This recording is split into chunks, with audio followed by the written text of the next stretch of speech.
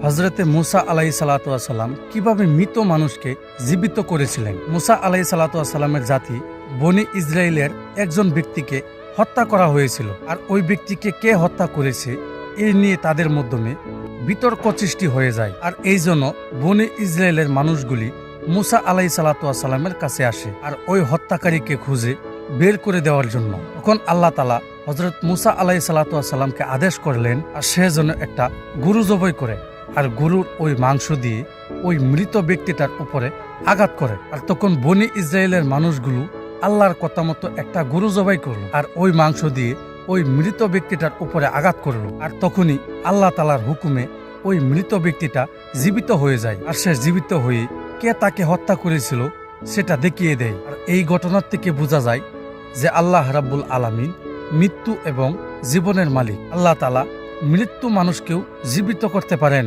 এবং জীবিত মানুষকেও মৃত্যু দিতে পারেন।